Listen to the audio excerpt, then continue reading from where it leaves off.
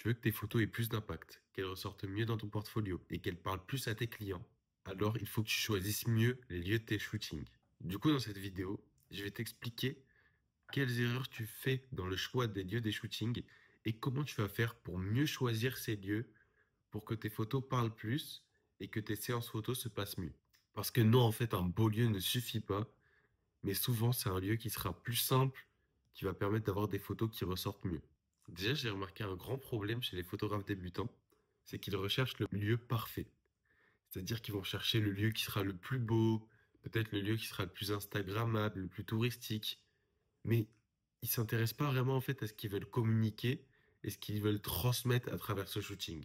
Du coup, ils vont seulement choisir le lieu qui sera le plus beau, le plus instagrammable, mais au final, au niveau du rendu des photos, certes, ça sera esthétique, mais les photos seront vides, elles seront pas originales, et le storytelling du shooting sera pas du tout respecté par le lieu qui entoure ce shooting.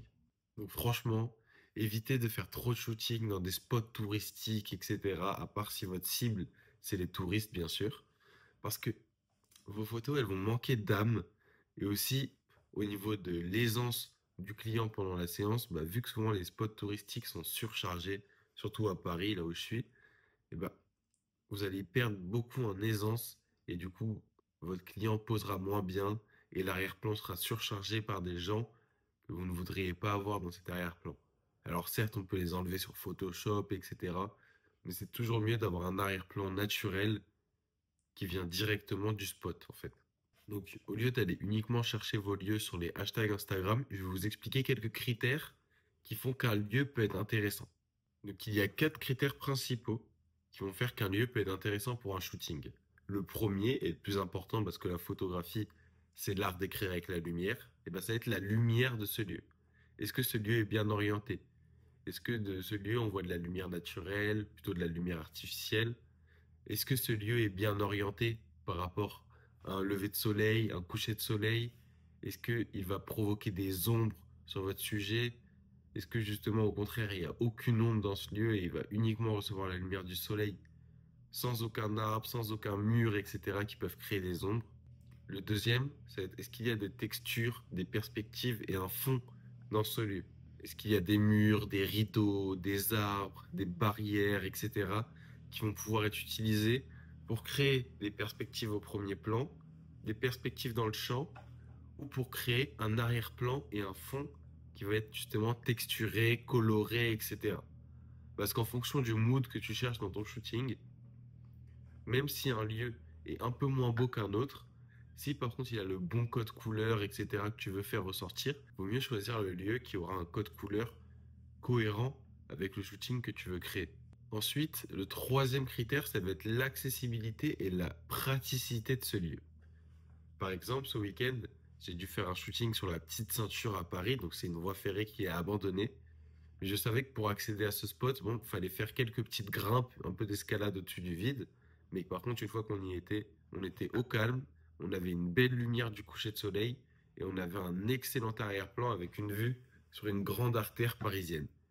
Donc, je savais que mon client était plutôt sportif et qu'il allait pouvoir faire cette grimpe, mais c'est toujours quelque chose qu'il faut prendre en compte. Au niveau de l'accessibilité aussi, il faut penser au fait que vous êtes véhiculé ou non.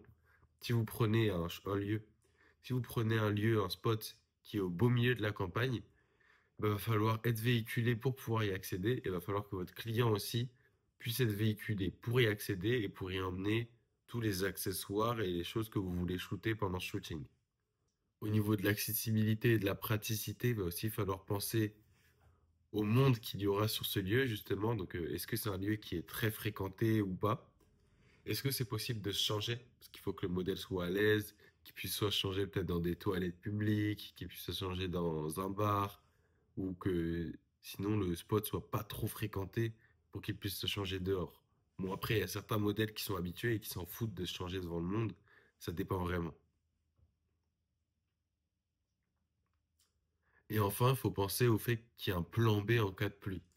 Si vous êtes à un spot en extérieur, mais que vous savez qu'il y a un endroit un peu couvert à côté, ça peut vous rassurer en cas de risque de pluie à la météo.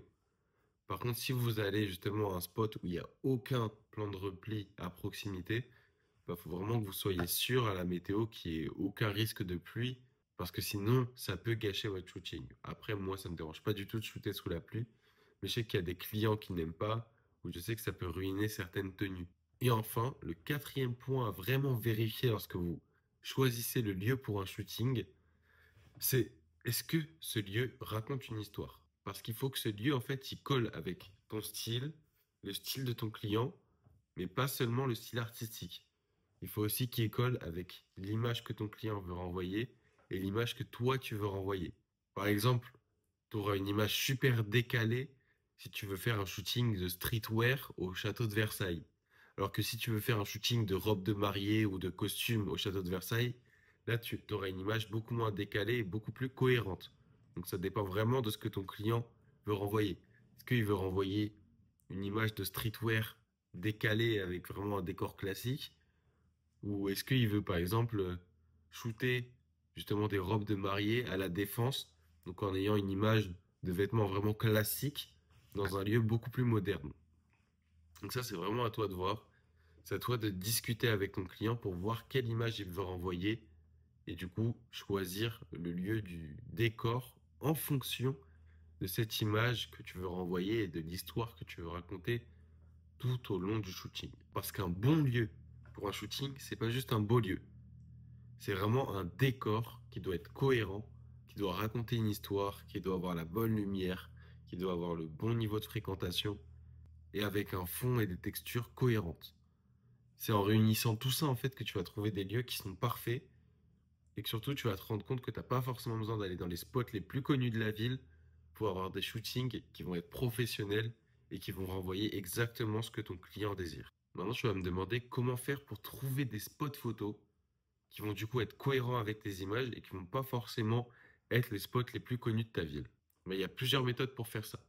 Déjà, tu peux faire du repérage sur les réseaux sociaux, donc sur Instagram et beaucoup sur TikTok aussi, parce qu'il y a énormément de spots photos ou de spots où les gens ont filmé qui vont être partagés, parce qu'il y a énormément de contenu sur ces plateformes. Du coup, ça peut te permettre de trouver des lieux très facilement. Sinon, tu peux chercher sur Google Maps et Google Earth. Si tu sais que tu as, par exemple, besoin de shooter des voitures ou quelque chose comme ça, tu peux aller regarder les routes. Si tu trouves des croisements qui ont l'air stylés, etc., tu peux les noter et ajouter des points sur Google Maps ou Google Earth. Ensuite, tu peux te faire des balades. Moi, j'aime beaucoup, beaucoup marcher. Donc, ce que je fais souvent, c'est que je me fais des balades dans Paris, je marche, etc.